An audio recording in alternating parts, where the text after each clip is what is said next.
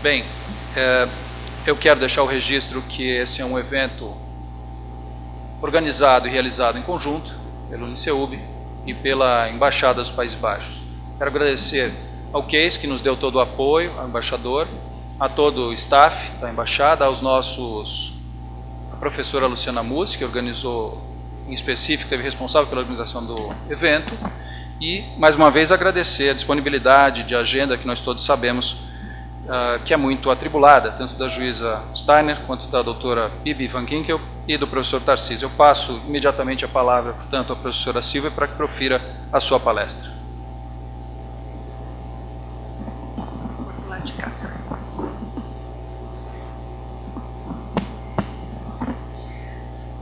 Muito boa tarde a todos. Começo por agradecer a delicadeza, a gentileza, a oportunidade do convite. Eu queria agradecer na pessoa do professor Pedro, o embaixador dos Países Baixos, no Brasil, e a oportunidade de rever meu amigo, o professor Tarcísio Dalmaso Jardim, companheiro na comissão preparatória das regras de procedimento e dos elementos dos crimes, e professora Van Ginkel, minha vizinha da cidade de Haia, companheira de eventos que são comuns em Haia, em que se discutem as questões relativas à paz, ao fim da impunidade e outros de significância. Me foi pedida uma exposição não muito longa, uma exposição breve, quase que introdutória, sobre o papel dos tribunais internacionais na conjuntura atual. Então, eu vou fazer realmente uma apresentação, um sumário, e depois, se houver tempo, e eu gostaria que houvesse, deixar à vontade da audiência para que pusesse as perguntas que realmente interessem. Normalmente, nós brasileiros temos esse costume de, quando começamos a falar sobre alguma coisa, vamos ao passado e começamos a falar, não, porque no século XVIII era assim, no século XIX mudou, no século XX. E eu tinha preparado alguma coisa nesses termos, mas eu resolvi mudar um pouco o esquema e avançar um pouquinho no tempo, porque assim vamos chegar ao que realmente nos interessa, que é a situação ou a conjuntura atual e o papel importante dos tribunais internacionais no cenário mundial. Mas acho importante, então, que a gente comece a falar do direito internacional como nós vemos o direito internacional hoje, que é um direito internacional completamente distinto e diverso daquele direito internacional tradicional que nós, ou eu pelo menos, aprendi nas escolas. Tenho certeza que o CEUB já não ensina mais ou não perde muito tempo discutindo monismo, dualismo, Ancelotti, o moderno direito internacional e, mais especificamente, aquele ramo do direito internacional público que é o ramo que se ocupa das questões relativas à paz, à justiça, à sobrevivência da própria humanidade. E, pessoalmente, eu costumo ter como marco inicial desse novo direito internacional o momento do pós-Segunda Guerra Mundial, com a criação dos tribunais penais internacionais, especialmente Nuremberg e o Tribunal de Tóquio. Carregados de todos aqueles vícios que nós conhecemos, tribunais ad hoc, tribunais criados após os fatos, ofendendo o princípio da legalidade estrita, pelo fato de punir crimes que ainda não haviam sido descritos, nem reconhecidos internacionalmente, Tribunal dos Vencedores para julgar os vencidos. Nós todos já ouvimos essas críticas e a maior delas pode ser considerada procedente. No entanto, não se pode tirar dos tribunais internacionais do pós-guerra o fato de terem servido como um marco de uma mudança radical naquilo que hoje se chama o direito internacional público. Os estatutos dos tribunais penais internacionais foram introduzidos no cenário do direito internacional através de resoluções da recém-criada Organização das Nações Unidas. E os estatutos, e vamos nos referir mais especificamente ao Estatuto do Tribunal de Nuremberg, tem como grande mérito deixar escrito de forma indelével no cenário do direito internacional determinados princípios que, uma vez inscritos, não têm volta. O princípio da existência de crimes internacionais e, como consequência, o princípio da responsabilidade pela prática de crimes internacionais. Mas, mais do que isso, não mais a responsabilidade dos Estados, a responsabilidade individual. Não se havia pensado antes. Houve uma tentativa, pós Primeira Guerra Mundial, com a criação do Tribunal de Leipzig, de se responsabilizar penalmente o Kaiser Guilherme e os altos oficiais alemães, mas foi uma tentativa frustrada. A primeira tentativa, ou o primeiro tribunal de fato a exercer jurisdição sobre crimes internacionais foi, sem dúvida nenhuma, o Tribunal de Nuremberg. Foi também através dos Estatutos de Nuremberg que se estabeleceu de forma definitiva a improcedência da chamada doutrina do ato de Estado, ou famosa excludente da obediência a ordens devidas. Não se pode alegar, especialmente em relação à prática de crimes contra a humanidade e de genocídio, a excludente de obediência estrita à ordem legal, até porque a prática de quaisquer atos de genocídio ou de crimes contra a humanidade é considerada ilegal em qualquer hipótese. Outro princípio básico que se estabelece no direito internacional, o da inexistência de imunidades dos chefes de Estado pela prática dos chamados crimes internacionais. Alguma discussão ainda existe em torno do instituto, desse instituto revisto da imunidade de chefes de Estado. A própria Corte Internacional de Justiça, em julgados relativamente recentes, tem se mostrado de certa maneira, reticente em reinterpretar as convenções internacionais que estabelecem imunidades de chefes de Estado, mas já deixando a abertura de que esta imunidade, no sentido de que esta imunidade não se aplicaria quando chefes de Estado são processados e julgados por tribunais internacionais. Continuaria sendo aplicada nos moldes do direito internacional tradicional apenas quando se trata de jurisdição de outro Estado, pelo fato de se tratar de relações horizontais entre Estados, o que não ocorre nas relações entre um tribunal internacional e um Estado. Finalmente, como último princípio decorrente de Nuremberg, o de se estabelecer a competência internacional para processo e julgamento dos chamados crimes internacionais. Foi a partir dessas mudanças radicais no direito internacional que, nas últimas décadas principalmente, a Organização das Nações Unidas se sentiu autorizada a criar os tribunais ad hoc para a extinta Iugoslávia e para Ruanda, seguidos do renascimento das discussões sobre a criação de um Tribunal Penal Internacional permanente, o qual foi concretizado com a edição do Estatuto de Roma, em julho de 2002. O ano passado, o Tribunal Penal Internacional, criado pelo Estatuto de Roma, completou 10 anos de existência. A criação dos tribunais especiais para a Serra Leoa, as salas especiais dos tribunais de Camboja, as câmaras especiais para julgamento dos criminosos de guerra da Bósnia, e outros tantos exemplos. Então, esse é o panorama atual do direito internacional, ou do direito público internacional, no que diz respeito à persecução dos crimes internacionais.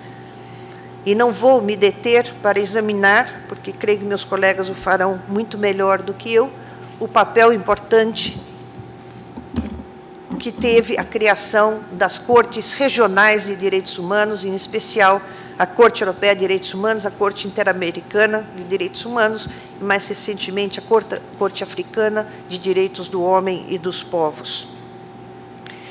Mas foi dentro dessas mesmas premissas criadas com os estatutos dos tribunais do pós-guerra que vimos o aparecimento e a multiplicação dos casos de exercício de jurisdição universal, que é uma outra forma de se levar ao processo e julgamento aqueles acusados de cometer os mais graves crimes que ponham em risco a paz e a sobrevivência da humanidade como um todo.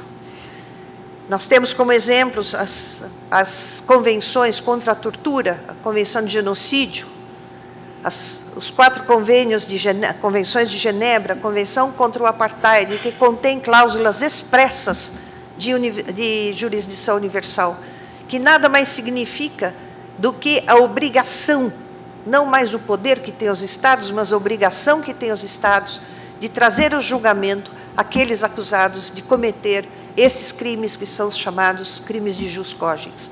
E se eles não podem e não querem fazê-lo, tem que entregar os suspeitos, os acusados, a quem possa e queira julgá-los. Portanto, o direito internacional atual não apenas permite que a comunidade internacional e os Estados processem e julguem esses crimes internacionais através do exercício da jurisdição internacional, mas também, em algumas convenções, impõe aos Estados que o façam em determinadas circunstâncias. Neste diálogo incessante entre os tribunais internacionais e as cortes de direitos humanos, quando envolvidas nos casos de violações massivas de direitos fundamentais, tem-se como matéria já acima de qualquer discussão, como parte dos princípios gerais de direito internacional, a obrigação de processar e julgar. A obrigação de processar e julgar não pode mais ser vista como uma opção. Como eu disse, ou através dos tribunais internacionais, ou através do exercício da jurisdição internacional, ou preferencialmente através do exercício da jurisdição primária dos próprios Estados, a prática de crimes considerados crimes de jus cogens, os crimes de direito internacional, não pode permanecer impune. O célebre caso Velázquez Rodrigues, da Corte Interamericana de Direitos Humanos, é o leading case, em que deixa claro que o Estado tem o dever legal de prevenir as violações de direitos humanos, identificar os responsáveis, impor as penas aplicáveis e garantir uma justa reparação às vítimas. Por essas razões, Gerhard Weller, que é um grande processualista penal internacional alemão, diz que com essa interpretação, este diálogo entre os instrumentos internacionais de proteção a direitos fundamentais, essa interpretação confirmada também pela Corte Europeia de Direitos Humanos e pelo Comitê de Direitos Humanos das Nações Unidas, a obrigação de processar e julgar é consequência de uma obrigação geral que os Estados têm de garantir os direitos humanos e garantir a sua efetiva proteção legal. Não se pode falar em proteção de direitos fundamentais sem que se fale, ao mesmo tempo, em processo e julgamento daqueles acusados de cometer violações massivas de direitos humanos, do direito humanitário ou do direito penal internacional. Não há dúvida de que, principalmente quando se trata de discutir, ao mesmo tempo, o exercício da jurisdição por tribunais internacionais, o exercício da jurisdição universal por tribunais nacionais, todos eles empenhados em cumprir com a obrigação de processar e julgar, é um assunto que exige ainda regulação, no sentido, uma melhor regulação no sentido de se evitar um possível conflito de jurisdições. No entanto, já se dedicam os estudiosos a estabelecer determinados princípios atinentes ao exercício da jurisdição universal, ao qual os Estados deveriam se submeter exatamente exatamente para evitar o conflito, o possível conflito de jurisdições. Ao mesmo tempo em que se desenvolvem, vamos dizer, esses diversos mecanismos de processo e julgamento de todos aqueles chamados crimes de direito internacional, crimes de jus cogens, surge uma discussão no cenário do direito internacional sobre formas alternativas de justiça, a que determinados autores chamam de justiça transicional, ou de transição. É aquela justiça que deveria ter um espaço em uma situação que sai de um conflito armado ou que sai de uma total desregulação para que se alcance o Estado de Direito. Então, este momento de transição seria o momento em que se aplicaria a chamada justiça transicional. No entanto, mesmo nesses estudos, ou destes princípios até agora editados, a Universidade de Princeton editou certos princípios, a Universidade de Chicago, os princípios de Chicago da justiça pós-conflito, todos eles estabelecem que, em relação aos principais responsáveis pela prática de crimes de direito internacional, persiste a obrigação do Estado em processar e julgar. Se admite formas de justiça alternativa, comissões de verdade, justiças comunitárias, justiças tribais, justiças locais, para aqueles autores ou aqueles agentes perpetradores de segunda, de terceira, de quarta categoria, para aqueles principais responsáveis pela prática desses delitos, mesmo dentro do cenário de justiça transicional, não se admite que se abra mão do princípio da obrigação estabelecida pelas Cortes Regionais de Direitos Humanos, pela Comissão de Direitos Humanos das Nações Unidas e pelos estatutos dos tribunais internacionais, que é a obrigação de processar e julgar, a obrigação de buscar a verdade, a obrigação de assegurar a justa indenização às vítimas. Nós podemos falar que existe, nesse presente momento, um diálogo bastante saudável entre cortes internacionais e cortes nacionais, cortes mistas e cortes internacionais, entre as cortes de direitos humanos e os tribunais penais. Aquilo que, segundo as palavras da professora Leila Sadat, pode-se chamar uma interação fascinante, um exemplo fascinante de diálogo judicial transnacional. Ou seja, um sistema de interação, realmente de interação e de diálogo, de justiça transnacional permanente. Como exemplo desse diálogo, eu poderia dar muitos, mas não vou me ocupar muito disso. Algumas decisões importantes do Tribunal Penal Internacional a que eu pertenço, o caso Lubanga, por exemplo, em que toma emprestado da Corte Internacional de Justiça a definição do que sejam conflitos armados de caráter não internacional, ou a definição do que seja um delito de genocídio, para que se possa aplicar naquele caso concreto, específico. E foi aplicado, por exemplo, no caso da expedição da ordem de prisão contra Omar al-Bashir, a definição de genocídio e a diferenciação entre genocídio e lavagem étnica se tomou emprestado exatamente do caso entre a Sérvia e a Bósnia-Herzegovina, julgado pela Corte Internacional de Justiça.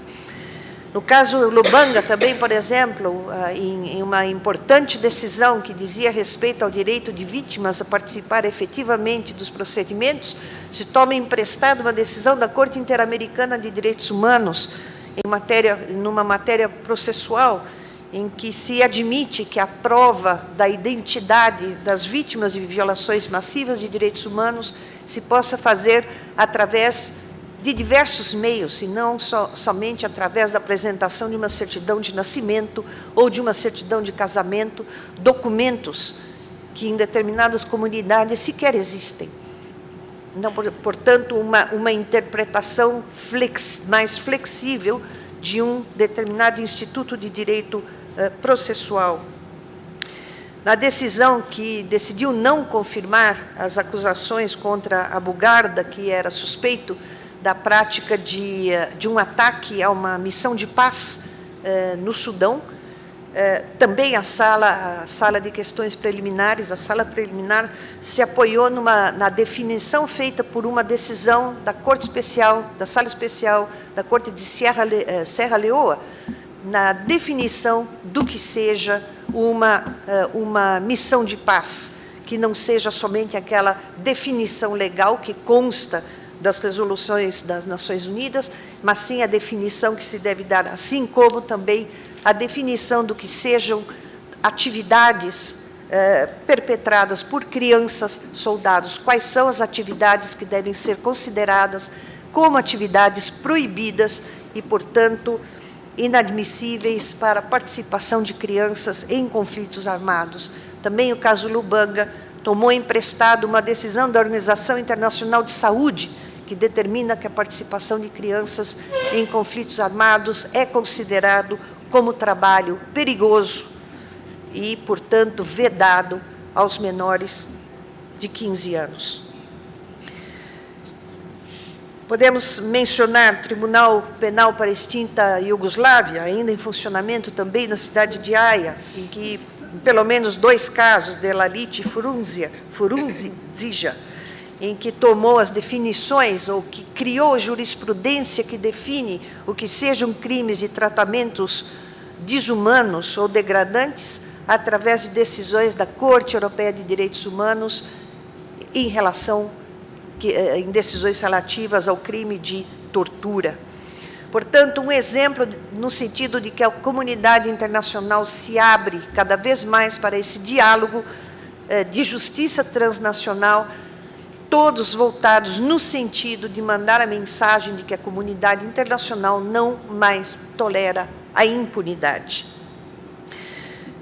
Um exemplo que eu costumo dar e que me parece um exemplo bastante simbólico e bastante emblemático, o exemplo do Tribunal Penal Internacional para Ruanda, em que 4 instâncias funcionam simultaneamente, a fim de que todos aqueles que foram acusados de cometer crimes durante aquele espaço de 3 meses, em 1994, com consequência de quase 1 milhão de mortos, para que todos sejam levados à justiça, seja qual for a forma de justiça.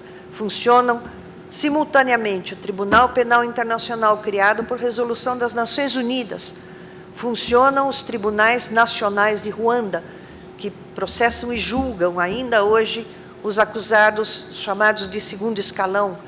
Funcionam as justiças, os tribunais comunitários, as chamadas gacacas, as comunidades de bairro, de pequenos vilarejos encarregados de julgar os seus vizinhos, em que geralmente a forma de reparação, ou alguma forma de reparação, é a punição aplicada.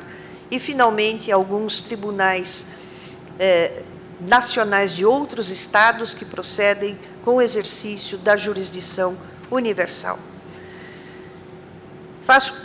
Fiz, portanto, esse muito breve e corrido resumo, no sentido de demonstrar que, principalmente a partir da Segunda Guerra Mundial, a comunidade internacional não só ganhou legitimidade para processar e julgar aqueles acusados de cometer os crimes mais graves, como a comunidade internacional representada por seus estados ou pelos tribunais internacionais, recebeu com essa legitimidade a obrigação de proceder ao processo de julgamento daqueles acusados de cometer os chamados crimes internacionais.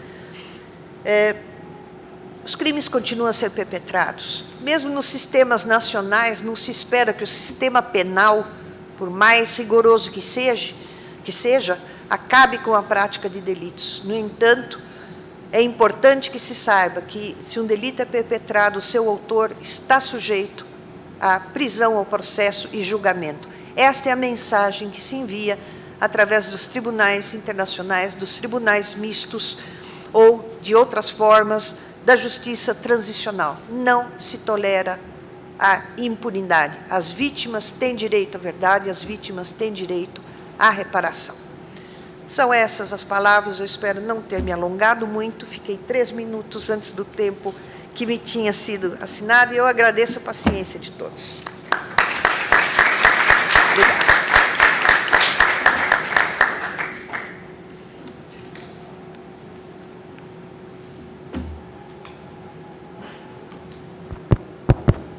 Nós agradecemos a juíza Silvia Steiner pela sua brilhante exposição. Eu vou passar imediatamente ao professor Tarcísio Dalmaso e depois nós vamos ouvir também a professora Bibi Van Ginkel e após as 3 exposições nós abriremos ao debate. O tema do professor Tarcísio é o impacto de cortes internacionais na justiça de transição interamericana. Ele me confessou que havia preparado um título mais longo, mas ele seria muito complexo, ele sintetizou de uma forma elegantíssima aqui a sua exposição. Professor Tarcísio.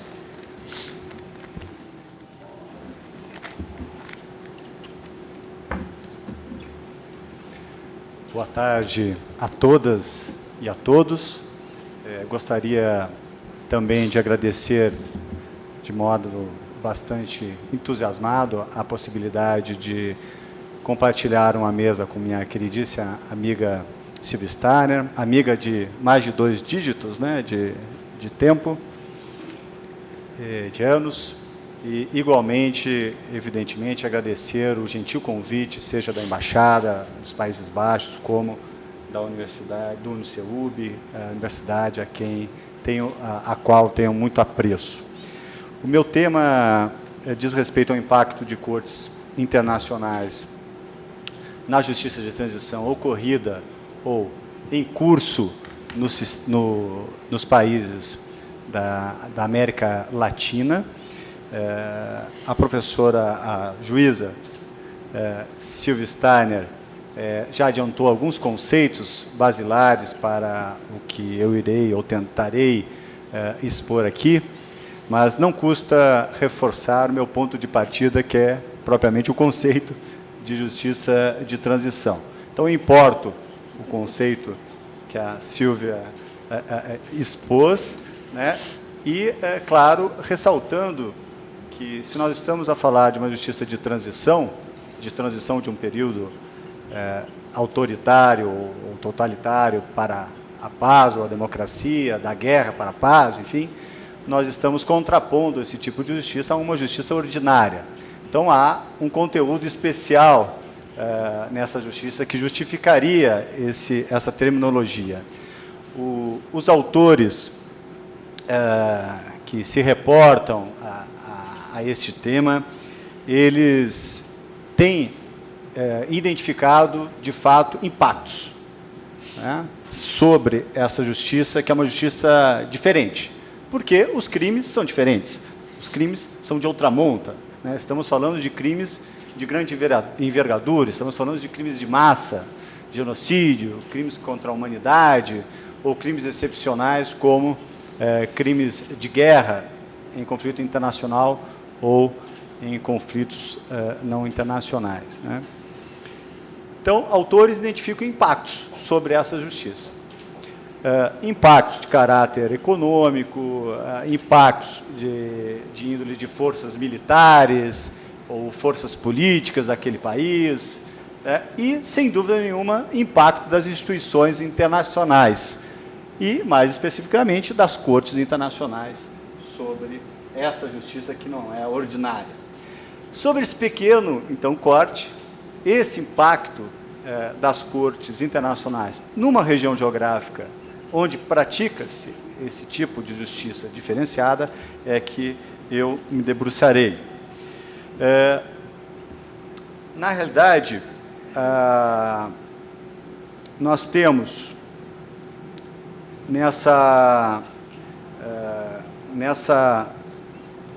nesse cenário de práticas de justiça de transição certos agrupamentos de experiências, né? A Ruth Tatel, por exemplo, ela aponta 3 fases da justiça de transição. Uma fase exposta pela Silvia, que é a fase pós-Segunda Guerra Mundial, os tribunais de Nuremberg, na esteira dos tribunais de Nuremberg, houve uma série de práticas das justiças, não só da justiça internacional, mas também das justiças internas. E a segunda fase que a Ruth aponta seria a do pós-Guerra Fria, né? Sobretudo com o desmantelamento da União Soviética, mas também com os processos de redemocratização da América Latina. E a terceira fase que ela menciona está ligada a condições atuais de certos conflitos que persistem, com instabilidades políticas, e destaca aí, dentro desse contexto, o papel do Tribunal Penal Internacional de caráter permanente. Eu estou aqui, vou me referir à segunda fase, né, a um pedaço da segunda fase, que diz respeito, portanto, à influência das cortes internacionais, à justiça de transição praticada na América Latina nos seus processos de redemocratização. Esse é o meu tema. E quando se fala de impacto de cortes internacionais nesse processo, né, de justiça de transição na América Latina, a corte que se destaca, sem nenhuma dúvida, é a Corte Interamericana de Direitos Humanos. Então, basicamente, ou centralmente, ao se falar em impacto de corte em justiça de transição na América Latina, nós temos que lembrar a Corte Interamericana de Direitos Humanos. E a Corte Interamericana de Direitos Humanos tem construído uma fértil jurisprudência a respeito desse tema, sobretudo sobre o tema da violação das responsabilidades em torno das violações graves aos direitos humanos. A própria Silvia mencionou a própria Corte, o próprio Tribunal Penal Internacional, absorvendo um tema que é do reconhecimento de vítimas, e a Corte vai muito além e tem uma criativa jurisprudência em matéria de atribuir responsabilidades aos países da região, como obrigações de tipificar certos crimes, né, dentro da sentença, obrigações de ratificar tratados, obrigações de ampla reparação às vítimas. Quando eu digo ampla reparação, estou aqui a falar não somente nas indenizações, mas também nas restituições, né, na volta ao status quo anterior à violação. Estamos falando aqui em termos também de reabilitação das vítimas, como tratamentos psicológicos, psiquiátricos. Estamos também falando de reparações de caráter simbólico, como a busca da verdade, a construção de monumentos, o reconhecimento público da violação, né?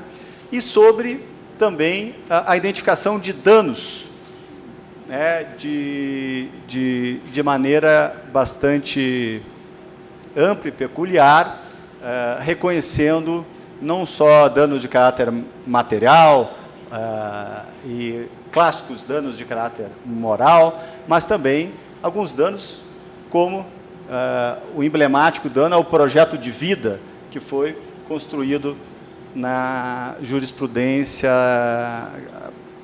sobretudo na jurisprudência relacionada ao Peru, no caso da prisão da Loaysa Tamayo por indícios de terrorismo. Vejo que a professora se dedica ao terrorismo. Então, a professora Loaysa Tamayo, no Peru, na época de Fujimori, foi presa por acusação de indícios de terrorismo, foi presa numa cisterna por alguns anos, e nesse caso ela perdeu a carreira universitária, desagregou a sua família, enfim, o seu projeto de vida foi destruído.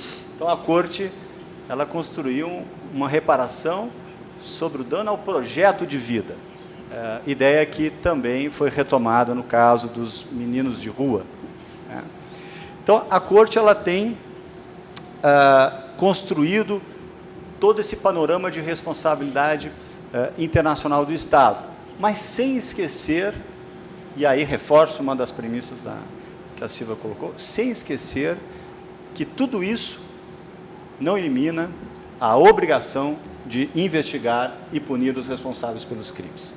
Embora a Corte Interamericana de Direitos Humanos não tenha atribuição de punir, né, responsabilizar indivíduos diretamente, ela imputa ao Estado a obrigação de investigar e de punir os responsáveis pelas violações aos direitos humanos.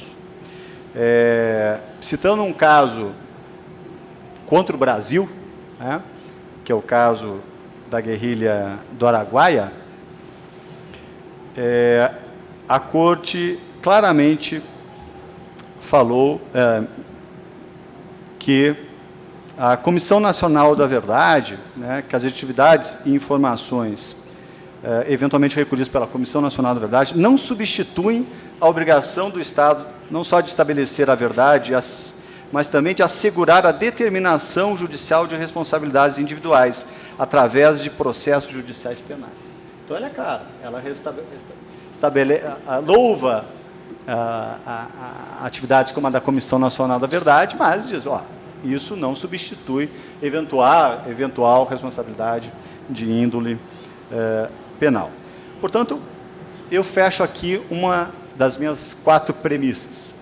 A primeira premissa é de que, e aí ela, na realidade, é uma premissa já lançada pela Silvia, que o direito à verdade é uma consequência jurídica da violação grave de obrigações decorrentes de normas imperativas de direito internacional. De um lado, nós podemos reconhecer que essa consequência jurídica ela pode ser vista como a cessação, né, quer dizer, a busca pelo direito à verdade. Essa é a primeira premissa. A busca pelo direito à verdade.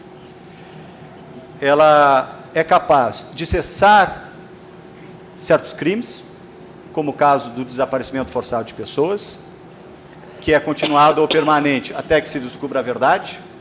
Portanto, uma das primeiras consequências aqui seria, com a verdade, cessa-se um crime. No Brasil, por exemplo, hoje está se cometendo a comissão de dezenas de centenas de desaparecimentos forçados de pessoas, porque até hoje não se revelou a verdade em torno desse crime. Então, a verdade é capaz de cessar uma violação. Ela, em torno dela também serem construídas medidas de não repetição do ilícito, é uma outra faceta da consequência jurídica, né, a fim de que não haja reincidência pelo Estado responsável das violações, ou, em torno dessa busca da verdade, ações administrativas, institucionais ou legislativas vêm à tona para prevenir a ocorrência de violações. Lembro, por exemplo, o caso Lacantuta contra o Peru, que a Corte estabeleceu a obrigação do Estado de divulgar os conteúdos das suas sentenças a agentes estatais, sobretudo os militares e policiais. Colocou os militares e os policiais a estudarem a jurisprudência internacional. Então, conheçam os erros da sua corporação a fim de não repeti-los, né? Então, ela tem essa função de não repetição, né?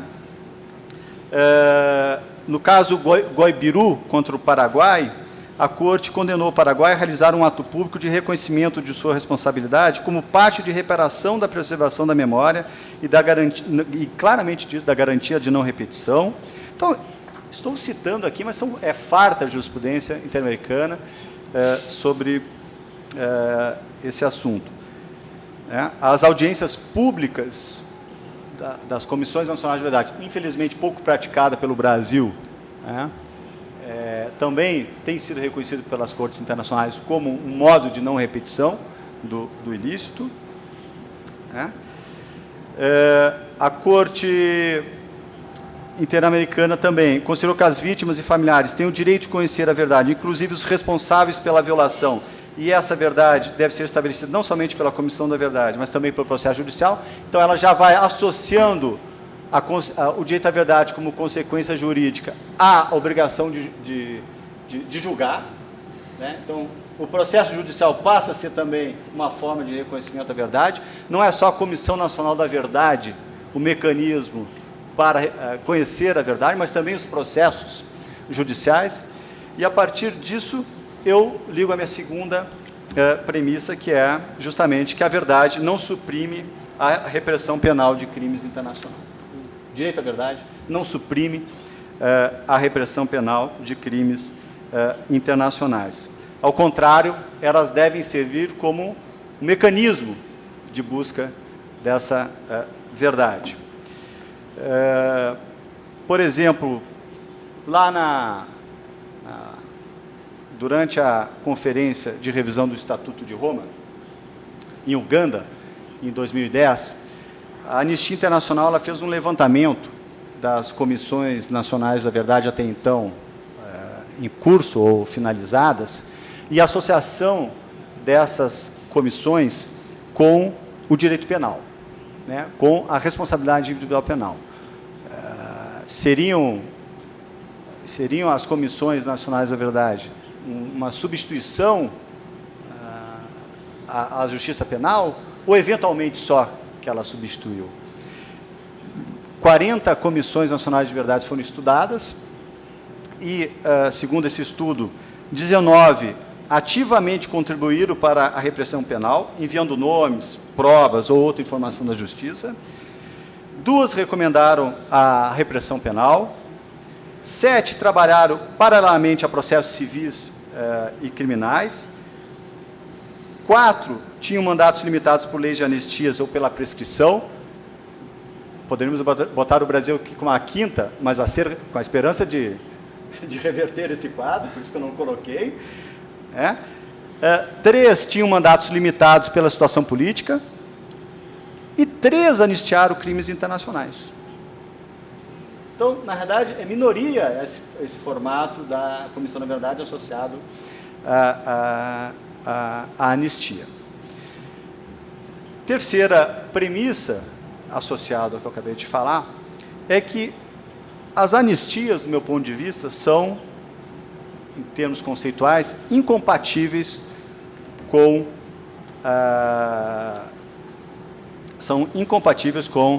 a responsabilização de violações graves ao direito internacional humanitário ou aos direitos humanos, né?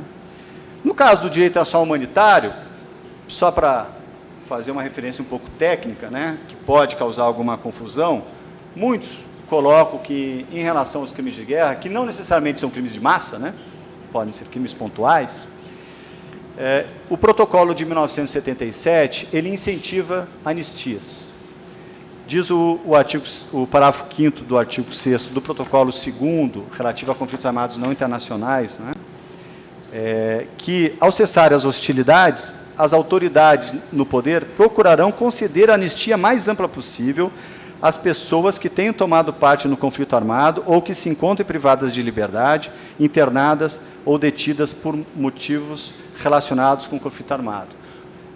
Essa cláusula, contudo, ela tem sido interpretada pelos órgãos responsáveis por sua aplicação, sobretudo pelo Comitê Internacional da Cruz Vermelha, não como um incentivo às anistias a quem cometeu crime grave, mas um incentivo às anistias de quem estava no combate, sem cometer crime grave. Pode ter cometido um crime menor, mas não um crime grave. Quando eu falo em violação grave aos direitos humanos, eu estou falando de crimes contra a humanidade, né? A divisão jurídica do Comitê Internacional da Cruz Vermelha enviou uma carta, inclusive, ao procurador do Tribunal Penal da ex-Iugoslávia, em 95, na qual ele interpreta esse artigo dizendo que esse artigo está relacionado à ideia de imunidade de combatente que existe no conflito armado internacional. Como você sabe, no conflito armado internacional, simplesmente participar da guerra não é crime.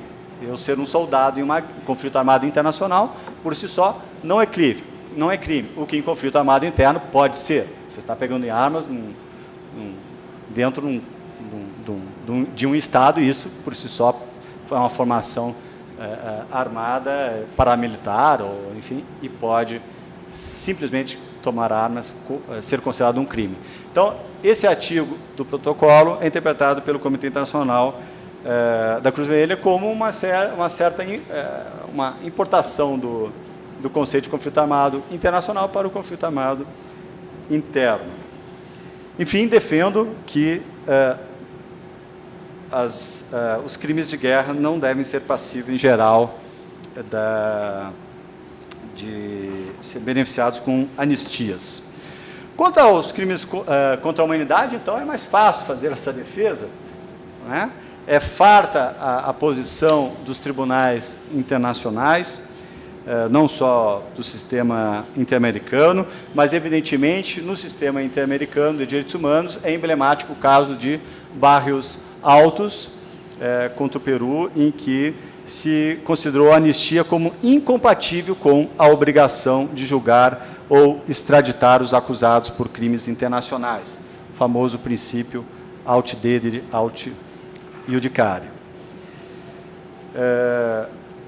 Portanto, a Corte Interamericana de Direitos Humanos tem incessantemente afirmado que as autoanistias, né, as anistias editadas durante os regimes ditatoriais da América Latina ou não possuem efeitos ou são nulas quando se trata da repressão penal de quem cometeu violações graves de direitos humanos nesses períodos totalitários, nesse período de ditadura. Inclusive, contra o Brasil, assim foi dito. A nossa Corte Suprema ainda não aceitou totalmente essa ideia, mas espero que haja uma reversão jurisprudencial nesse sentido. Quem sabe quando a Silvia for nossa ministra da Suprema Corte, né, consigamos reverter essa posição.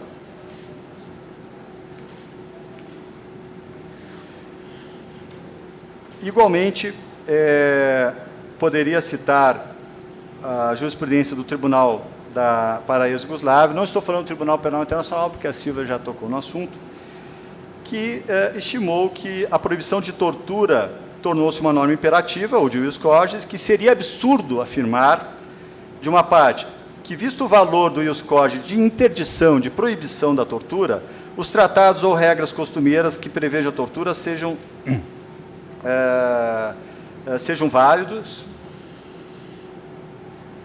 sejam nulos, perdão, e não válidos, e, de outra parte, deixar que os Estados tomem medidas nacionais autorizando ou tolerando a prática de tortura ou anistiando seus torturadores. Firma jurisprudência, portanto, embora paralela, né, o Tribunal da ex-Yugoslávia, dizendo que a anistia não é passível de beneficiar torturadores. E assim vai, é farta a jurisprudência nesse sentido. Minha quarta e última premissa é de que, e aí retomando o sentido geral de justiça de transição, é de que o impacto dos tribunais, né, sobretudo da Corte Interamericana de Direitos Humanos, até o momento, sobre a justiça de transição, não é só sobre a justiça de transição. Nós poderíamos falar que é sobre uma justiça de transformação, sobre uma justiça de mudança institucional, sobre uma justiça de mudança de paradigmas, mas não só de transição. Ela não recai só sobre aquele período ditatorial, né? Sobre aquele período onde não houve democracia. E por quê? Simples. Porque muitos desses crimes continuam sendo cometidos, né? Muitos desses crimes foram cometidos por vícios institucionais que devem ser transformados. Muitos desses crimes cometidos ainda não são crimes, né, no ordenamento de muitos estados, né? Por exemplo, no Brasil, não é crime, não há tipificação do crime de desaparecimento forçado de pessoas, né? Então, é preciso transformar, né, a ordem jurídica para enfrentar o presente e o futuro. Né?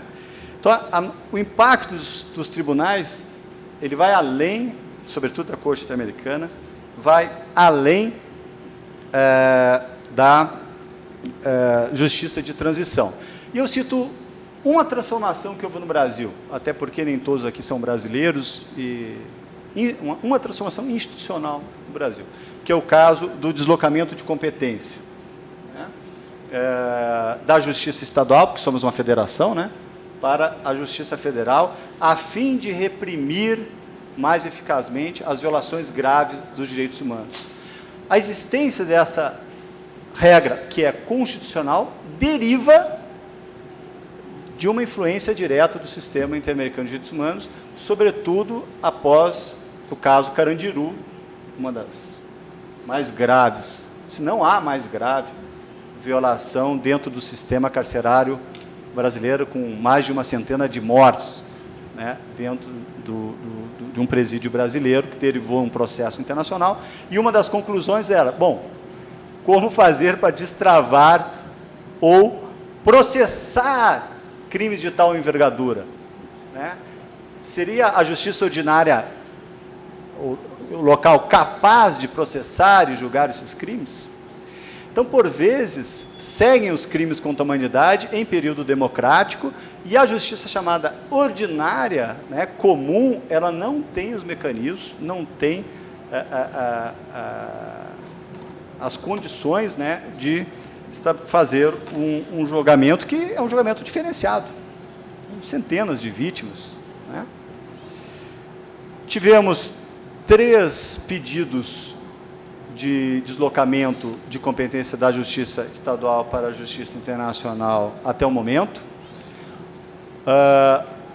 O primeiro, da irmã Dorothy, não foi aceito pelo Superior, para o STJ, né, Superior Tribunal de Justiça.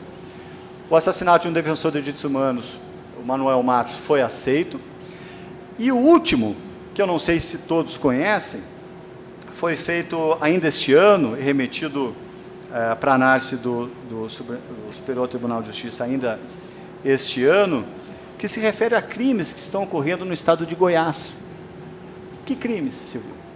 Já houve mais de 30 desaparecimentos e mais de 40 mortes de moradores de rua, assassinados sumariamente. Mais de 40 mortes de moradores de rua desde agosto do ano passado. Mortes, até aleatórias, das pessoas que moram na rua. Ora, que título merece esse crime? Né? E esses 30 desaparecimentos, são 30 desaparecimentos clássicos, após abordagem policial, né? Não são 30 desaparecimentos de pessoas, não, são com provas concretas que após a abordagem policial desapareceram com as pessoas. Claro, essas pessoas já não são líderes políticos, não são líderes sindicalistas, não é oposição ao regime nacional, né? Em geral são pessoas pobres, né? De periferia, às vezes consumidores de crack ou outra droga, enfim, são pessoas de uma outra categoria, uma espécie de desaparecimento social, né? Mas são desaparecimentos forçados.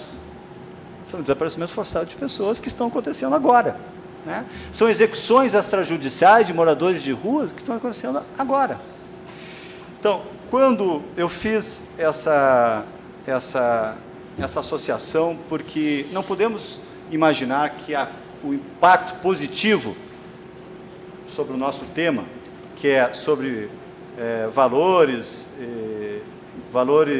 de paz e justiça no mundo, e no caso aqui da América Latina, está estaticamente localizado no passado do nosso continente. Não. A influência positiva dessas cortes é no presente também. E aí eu faço menção que, inclusive, esse resgate de memória, e aí eu finalizo, né? Esse resgate de memória que está em curso no país não deve ser concentrado apenas no passado, ele deve ser projetado. Ele deve ser projetado. E aí eu resgataria para ficar mais simpático, uma ideia da Grécia Antiga, em que a verdade, que se chamava aletheia, em grego antigo, ela era a negação do esquecimento, e não da mentira. Né? Não era verdade e mentira. A oposição da verdade não era a mentira. A oposição da verdade era o esquecimento, era não esquecer. E havia uma deusa, chamava Mnemosine, que tinha nas suas relações míticas, relações com o passado, o presente e o futuro. Né? Passava o presente.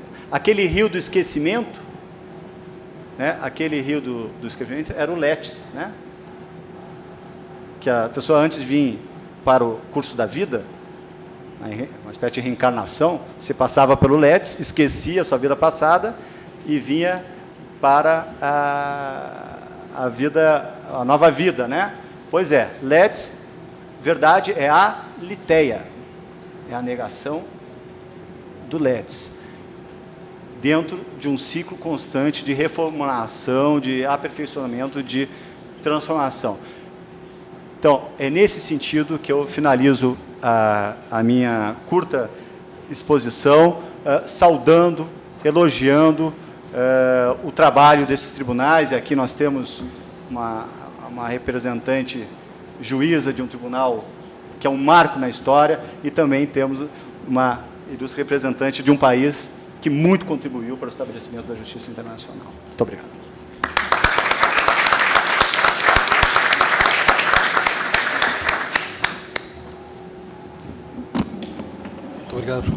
Muito obrigado, professor Tarcísio, pela sua excelente palestra. Passamos imediatamente à professora Bibi van Ginkel para falar sobre uma abordagem do tema do papel dos tribunais internacionais na aplicação da justiça em transição. Muito obrigada. Eu peço desculpas, eu vou falar em inglês, então se alguém quer correr e pegar fones de ouvido, eu posso esperar um instante enquanto... Bem, parabéns aos organizadores por esse evento muito importante. E eu fiquei muito feliz ao entrar nesse prédio, vendo essa abordagem tão festiva, apesar de estarmos falando sobre vários exemplos, questões muito sérias, que fazem jus àquilo que é muito grave que ocorre nas ruas e talvez lá na esquina. Então, agradeço os organizadores, os tradutores que estão tendo uma dificuldade em acompanhar o que nós estamos falando lá na caixinha, lá no fundo da sala.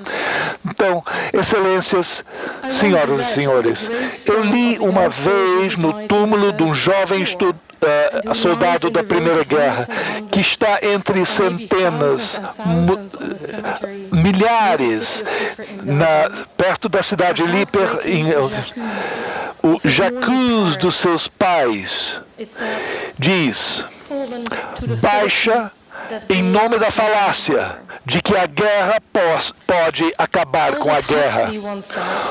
O escritor Aldous Huxley disse uma vez, a guerra e a violência são as principais causas da guerra e da violência. E sim, é tão simples, mas parece dizer tudo. Antes de pensar que eu sou pacifista, que não acredita no uso da força e nos conflitos, permita-me explicar por que eu falo sobre esses casos.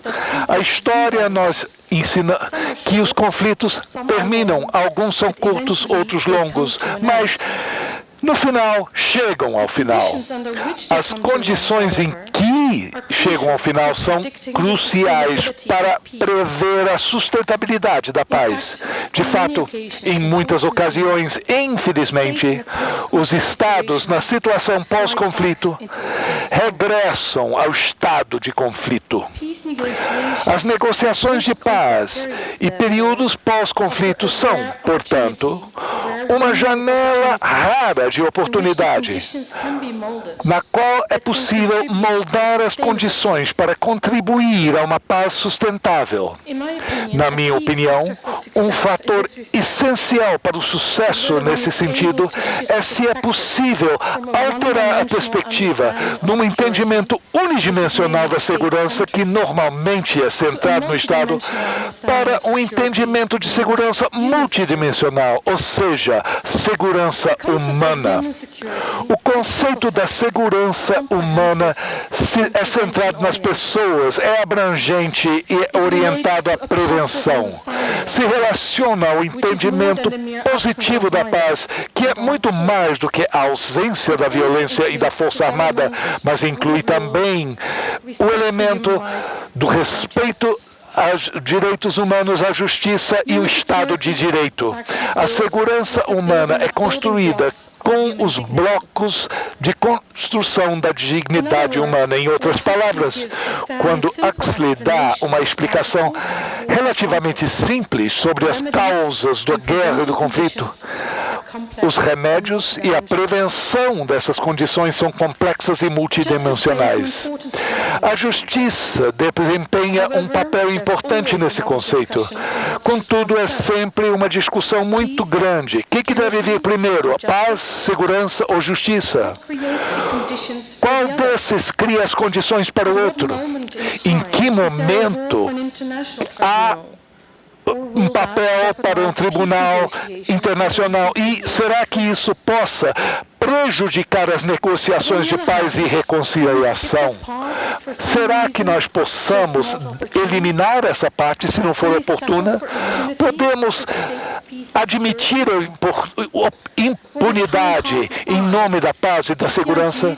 Com a passagem do tempo, será que o tempo vai sarar as feridas, ou será que nós devemos ter uma prescrição? É uma questão da galinha e do ovo.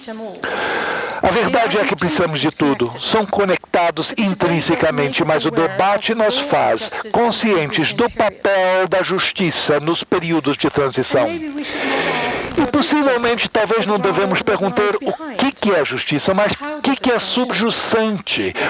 Como que a justiça funciona? Como que pode ser o resultado e a função da justiça? Qual devia ser sua função na sociedade? O que isso significa para uma pessoa? Justiça é uma palavra imensa que só tem sentido se representa a soma das histórias individuais. Por outro lado, na sua ausência, nós sentimos mais gravemente quando atinge os indivíduos. Somos, por exemplo, emocionados pela história de Anne Frank, uma jovem judia que escreveu um diário ao esconder dos alemães, mas foi levado com sua família e morreu num campo de concentração durante a Segunda Guerra. Em tributo à sua vida, teremos uma exposição no Museu Nacional de Brasília, patrocinado pela Embaixada dos Países Baixos. A injustiça é sentido quando é feito algum, mas pode ser sentido em associação ao proxy se uma pessoa representa um grupo ou se torna ícone de algo que é muito grande para ser compreendida. A injustiça na vida da pessoa pode deixar cicatrizes vitalícias. Se a justiça é percebida como sendo feito mesmo após toda uma vida, isso pode sarar as feridas, ou seja, é muito pessoal. Então, o que é a justiça? Qual é seu papel na sociedade? As principais metas da justiça são retribuição, prevenção, restauração da ordem democrática e sustentação do Estado de Direito. Não incluído nessa meta, mas que também desempenha um papel muito importante, é o que é a justiça aos olhos das vítimas dos crimes. Pois para as vítimas é muito pessoal. E é em seu nome que o Estado e que a comunidade internacional executa seu direito à retribuição. Mas também é um reconhecimento da injustiça feita a eles, a injustiça que, na ausência da ordem democrática e do Estado de Direito, não teria nenhuma retribuição. É por esse motivo também que vítimas dos crimes podem se sentir vitimizados mais uma vez quando sentem que a sociedade está ignorando-os ao não reconhecer a injustiça feita a eles. Isso em si mesmo pode se tornar novo motivo para conflitos. Mas em contraste em relação às mesmas vítimas, existe também o papel de Sara quando a justiça é aplicada. Pode até encerrar as traumas de uma nação. Tem também a ver com encontrar a verdade e estabelecer os registros para motivos históricos. E é por esse motivo que o papel da justiça é muito importante em situações pós-conflito. Para citar o Sir Winston Churchill, não podemos dizer o passado é o passado sem render o futuro. Em outras palavras, deixando as traumas não tratadas é receita para um desastre futuro. Antes de ingressar nas questões específicas sobre a justiça transicional, permita-me explicar a importância da performática da justiça, que não é apenas feita, mas que é visto como sendo feita. O processo jurídico serve vários motivos: encontrar a verdade, retribuição, reabilitação, reintegração, mas também tem a necessidade da sociedade e das vítimas encerrar a questão e trazer satisfação para os vítimas. Os tribunais e os processos judiciais são áreas de performáticos e eles examinam os crimes e através dos processos e pela mídia. E é por essa qualidade que a justiça é feita e visto como sendo feita. É um fator muito importante que permite que a justiça desempenhe seus principais metas.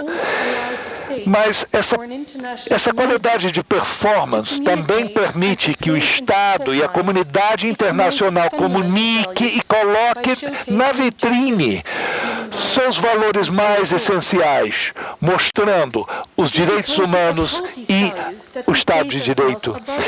É porque nós temos esses valores que nós somos acima dos crimes e somos distintos daqueles que cometeram os crimes. Para fazer essa distinção em situações após é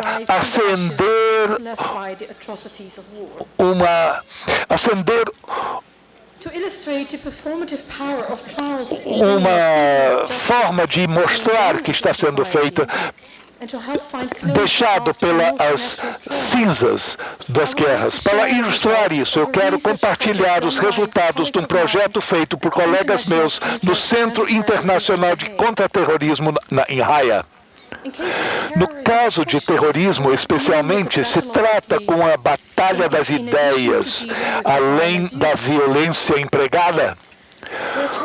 Quando os terroristas procuram um palco para comunicar sua mensagem extremista violenta, eles encontram na mídia um foco e processos contra terrorismo dão oportunidade aos Estados democráticos, com base no Estado de Direito, de mostrar que respeitamos a vida e a dignidade e os princípios, mesmo nos processos contra terroristas. Essa mensagem é muito mais forte do que no caso de não respeitar os princípios judiciais e até aceitar as técnicas de interrogação, ou seja, a tortura.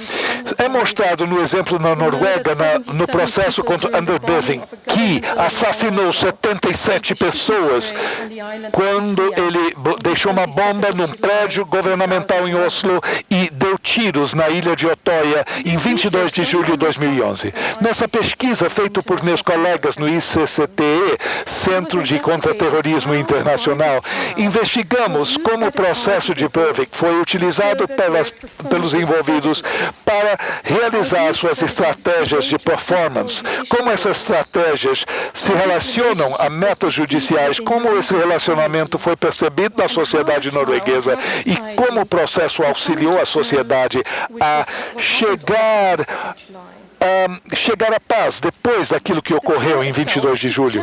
O processo em si durou 10 semanas e foi um dos maiores processos terroristas em relação à mídia internacional que recebeu.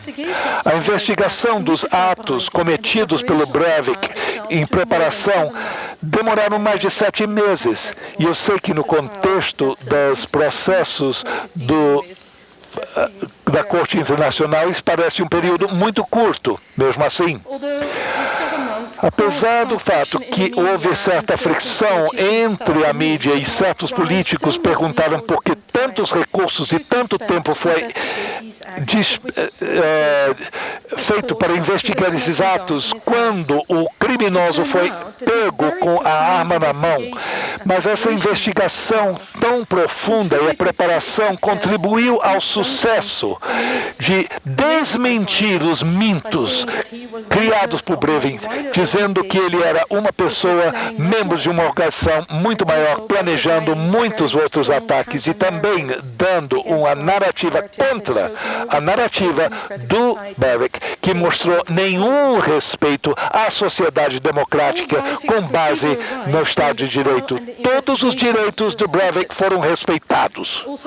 E os investigadores e os promotores se aproximaram a ele de forma cortês, apertando sua mão, etc. E dessa forma, eles não entraram nesse quadro que ele era o maior monstro da história norueguesa, mas manteve uma abordagem normalizada, mesmo que essa abordagem teve respostas muito fortes a partir do público e das vítimas. Os promotores frisaram a necessidade de manter as normas de comportamentos sociais e demonstrando respeito ao Estado de Direito, porque, de outra forma, mostraram o mesmo desrespeito demonstrado por Breivik. E, durante e após o processo, aproximadamente 250 pessoas responderam a pesquisas distribuídas pelos meus colegas da ICCT nas estradas de Oslo. A pesquisa perguntou às pessoas sobre as metas, suas emoções em relação ao processo, seu nível de satisfação com o veredito final e sua atitude em relação ao terrorismo e as medidas de segurança. Das respostas a esses questionários, foi possível chegar à conclusão em relação à forma que o processo tratou ou lidou com os mecanismos que as pessoas têm para tratar desse trauma. Porque os mecanismos influíram de uma forma positiva. O processo foi visto como realização da justiça, focalizando os valores democráticos da sociedade, muito contrário aos valores do Breivik. Em outras palavras, auxiliaram a atender às necessidades das vítimas e encontrar um fechamento para o trauma da sociedade. Esse exemplo especialmente mostra a importância da justiça que é visto como sendo feito quando a sociedade sofre um trauma. Em contraste, podemos nos perguntar o que ocorre com uma sociedade traumatizada quando isso não ocorre, ou mesmo pior, quando crimes graves são repudiados não pela uma forma de respeito à lei, mas por respostas, por exemplo, tortura ou retaliação por crimes cometidos de forma de retribuição.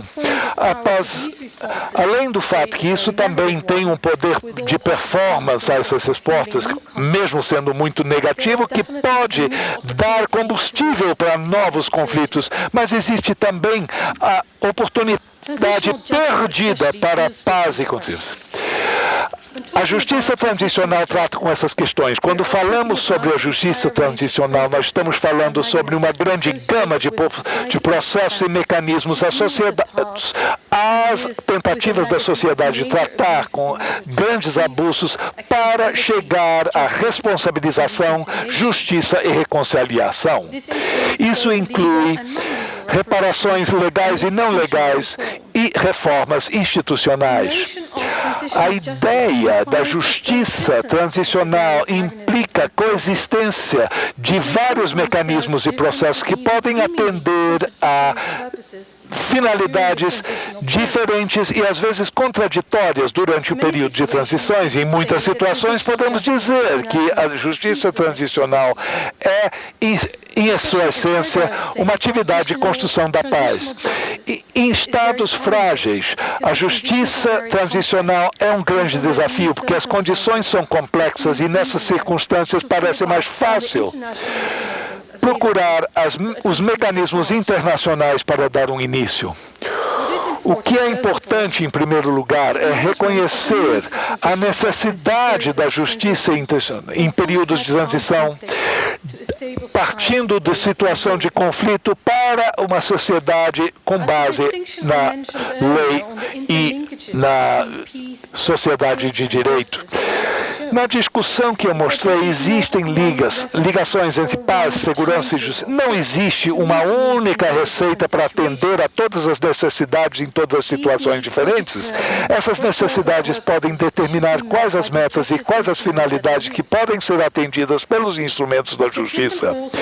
As diferentes metas da justiça transicional, como já mencionei, podem se parecer contraditórios no tempo. Os debates ocorrem sobre esses assuntos e se relacionam ao equilíbrio que tem que ser encontrado para atender diferentes metas.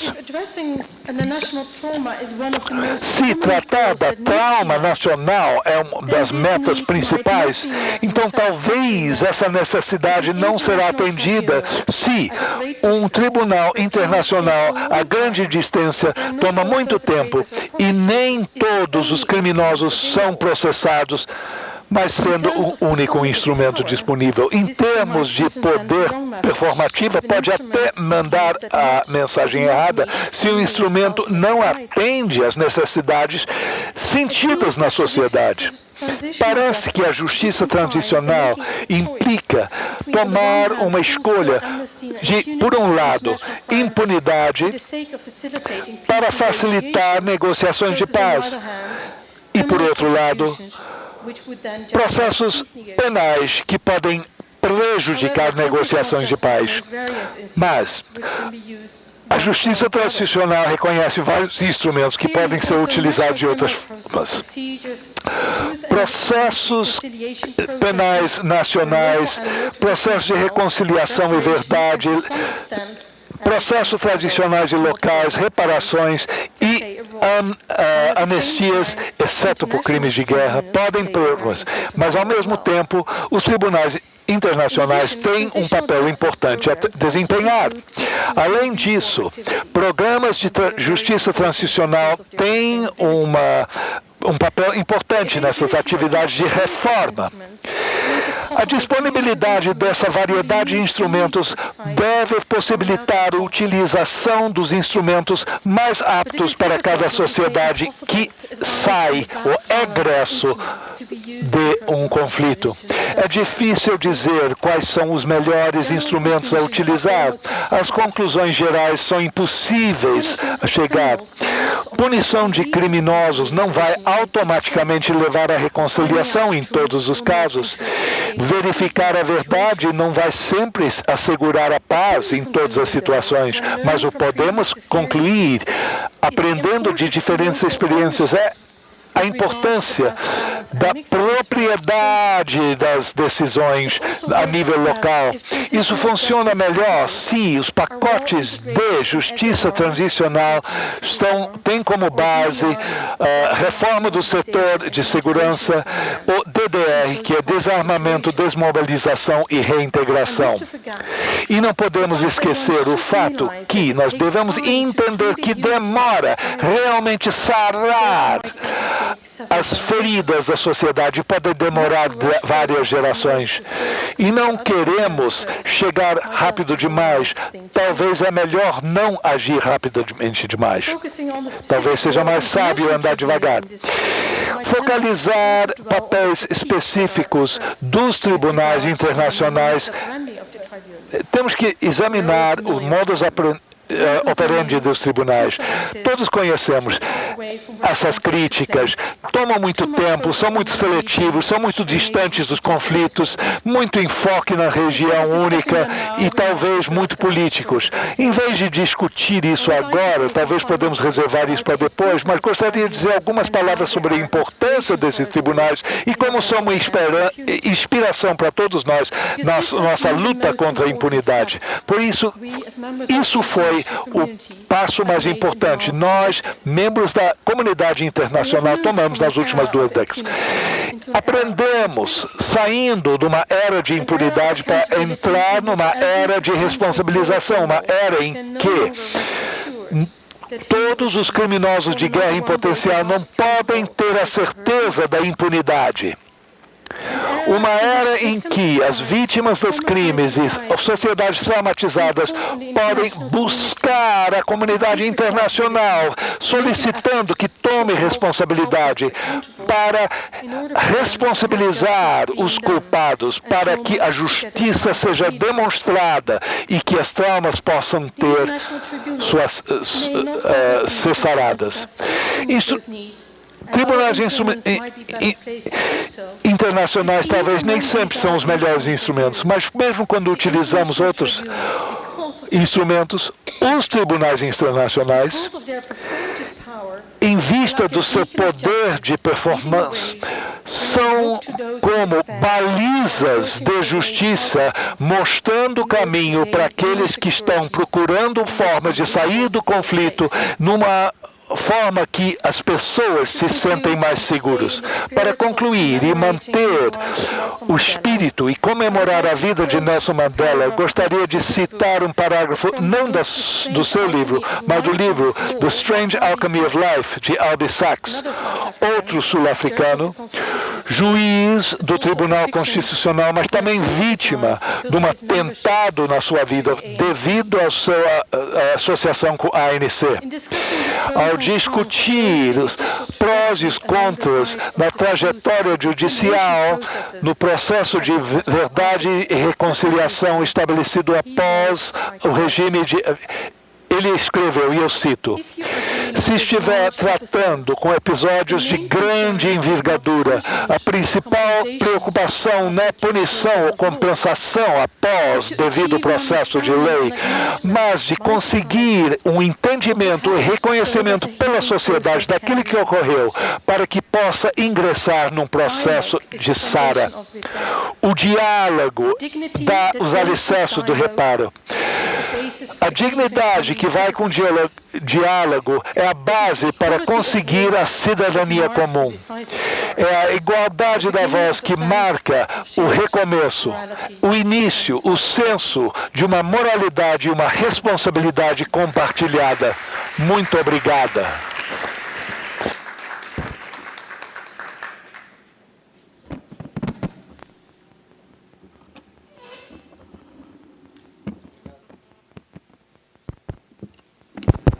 Muito obrigado, professora Van Ginkel. Nós recebemos a comunicação, vocês não viram por questão de costas, o rapaz ali da organização nos mostrou uma plaquinha e nós temos mais aí, eu diria, 10 minutos para fazer os debates. A palavra, então, está aberta para a audiência. Quem quer fazer alguma pergunta ou quer fazer alguma provocação, alguma colocação?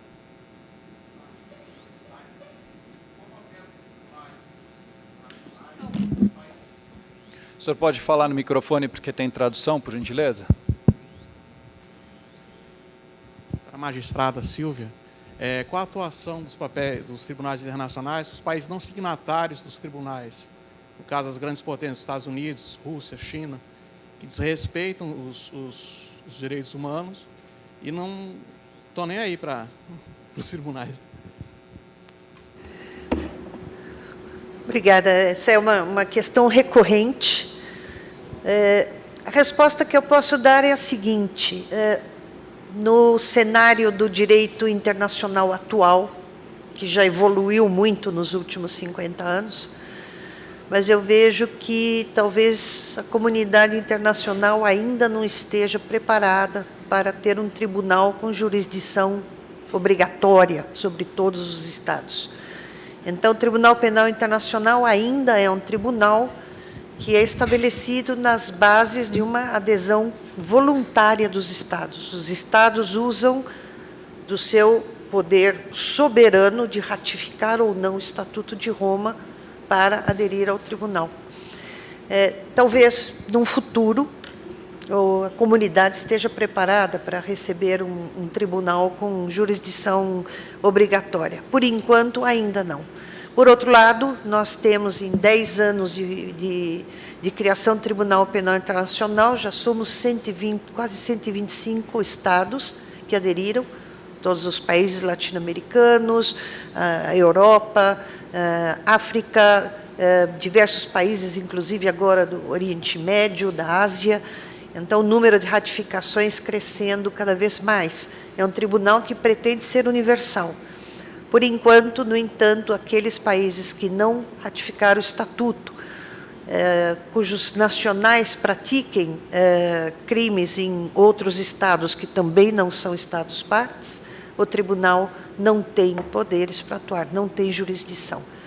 A não ser que o Conselho de Segurança da ONU, que tem competência para estabelecer um tribunal ad hoc para qualquer situação, decida, em vez de estabelecer um tribunal ad hoc, enviar o caso para o Tribunal Penal Internacional.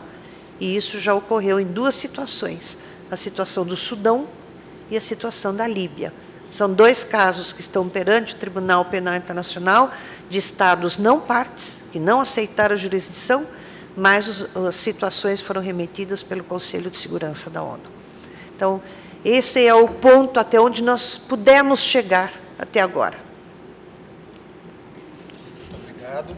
Alguém mais? Alguém mais está interessado em fazer alguma pergunta, além de você? Porque aí nós faremos um bloco de perguntas e depois encerraremos. Eu queria seguir na mesma linha de raciocínio do companheiro aqui, a partir da apresentação da doutora Silvia Steiner, da doutora Bibi Ginkel, a respeito dos crimes, das violações de direitos humanos e dos crimes de genocídio. Hoje nós observamos que existem alguns crimes dessa natureza que, além de não ser julgados por não existir um tribunal com respeito internacional, como a senhora mencionou, parece que existem determinados países e entidades que são inimputáveis. Aqui está, diante dos nossos olhos, a base de Guantánamo, a base americana na ilha de Cuba, em Guantánamo, com a existência de inúmeros presos, sem julgamento, sem condenação formal. Não se sabe sequer quantos são, a maneira com que eles foram conduzidos até lá. Então, a maneira com que eles chegaram, nós sabemos, foram sequestrados pelo governo americano, norte-americano e por seus aliados, e continuam sem processo formal e sem julgamento. Mas o caso mais gritante de todos eles, que eu penso, é o caso da Palestina. O Estado de Israel, há mais de 50 anos, pratica crimes seguidos de genocídio contra o povo palestino. Só para sintetizar a sua pergunta, pois não, é uma colocação. Certo. Se quiser funcionar. Há mais de 50 anos, o povo palestino sofre o terrorismo do Estado de Israel, sem que as Nações Unidas, sem que nenhum tribunal julgue ou se posicione contrário a esses crimes e sequer exerça qualquer forma de punição. Em outros estados, por menos do que isso, os Estados Unidos interviu e praticou o que a opinião pública é sabida. Então, eu penso que era necessário a existência de um tribunal com respeito internacional, nos modos que a doutora Silvia Steiner falou, para julgar esses crimes. É impossível a humanidade viver com um Estado de Israel praticando um genocídio contra o povo palestino sem que qualquer pena ou qualquer penalidade seja atribuída àquele Estado. Ok. Alguém quer? Não, eu acho que, vamos dizer, a colocação... Não foi uma pergunta, mas... Não foi uma pergunta, eu acho que é uma colocação feita pelo senhor, e eu acho que nós temos que respeitar, e como eu falei antes, apenas esperamos que chegue um dia em que todos os estados da comunidade internacional estejam sujeitos à jurisdição deste ou de algum outro tribunal. Esperamos que o direito internacional caminhe nesse sentido. Só podemos, por enquanto, esperar. Não sei se a professora gostaria de acrescentar. Sim, eu gostaria também de responder rapidamente a essa constatação. Eu só posso frisar os efeitos desta outra forma de performance, ou seja, os maus exemplos de não respeitar direitos humanos ou justiça. Guantánamo, e às vezes esses retratos dão mais de 1000 palavras, valem mais do que 1000 palavras. E as coisas que eu estudo em terrorismo e contra-terrorismo são, de fato, exemplos horríveis e têm um efeito contrário em termos de dar motivação para... Por outro lado, e isso é algo que eu aprendi, é que os exemplos positivos de justiça performativa são um exemplo tão forte que vão superar aqueles estados que pensam que podem suprimir extremismo. Eu estou usando termos muito neutros aqui, utilizando técnicas de interrogação, tortura e não respeito aos direitos humanos. É o contrário do que colocar na vitrine a justiça e o Estado de Direito, de dar uma narrativa contrária contra essas formas de violência. E também os estados que ainda acreditam que, ao suprimir uma população e desrespeitar o Estado de Direito, a única forma de controlar uma nação, eles devem tomar um exemplo, nesses casos e em tantos outros. Então, eu acho que essa baliza da justiça finalmente vai superar a injustiça que, infelizmente, ainda está aí. Caminhando para o final do nosso encontro, eu gostaria de fazer 2 observações. A primeira é agradecer a generosidade dos participantes de ter permitido que a gravação, a imagem e a fala e as ideias deles possam ser replicadas. Além dessa seleta audiência que nós temos hoje aqui, a gravação servirá porque será disponibilizada na nossa plataforma do Uniceub, disponibilizada para o mundo inteiro, enfim, para quem queira acompanhar e reproduzir essas reflexões tão importantes que foram feitas hoje aqui.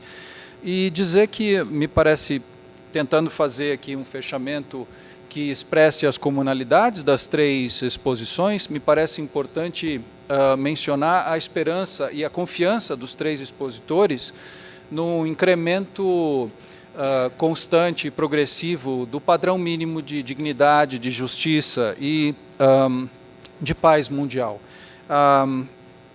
Talvez fazendo o caminho inverso aqui, só para algumas anotações mencionar que fiz em relação às falas dos nossos 3 convidados. A professora Van Ginkel fala da importância da força performativa dos tribunais em relação ao diálogo, em relação a uma sustentabilidade da paz. Então, veja que essa ideia de incrementalidade, de um compromisso prospectivo em torno de uma ideia de justiça e de paz aí presente. Também o professor Tarcísio, quando coloca o problema do impacto e, portanto, da ideia de efetividade do direito internacional e da ideia de justiça de transição, também aí presente o seu desejo e a sua expectativa bastante positiva em relação a essa discussão.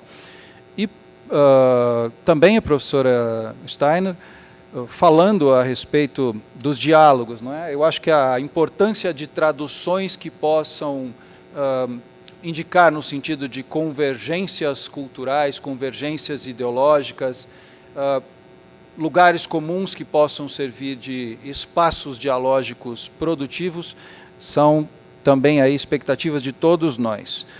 Agradecemos muitíssimo novamente aos nossos três convidados e damos por encerrado esse nosso encontro. Obrigado.